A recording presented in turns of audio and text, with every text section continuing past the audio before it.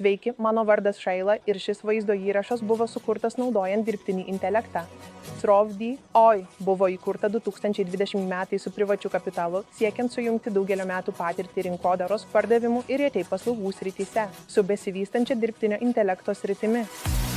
Srovdi mes naudojame pažangės dirbtinio intelekto technologijas, kad paverstume klientų patirtį tiesioginio klientų aptarnavimo srityje į dirbtinio intelekto valdomus pokalbių robotus ir skatintume tvarų verslo augimo mūsų klientams.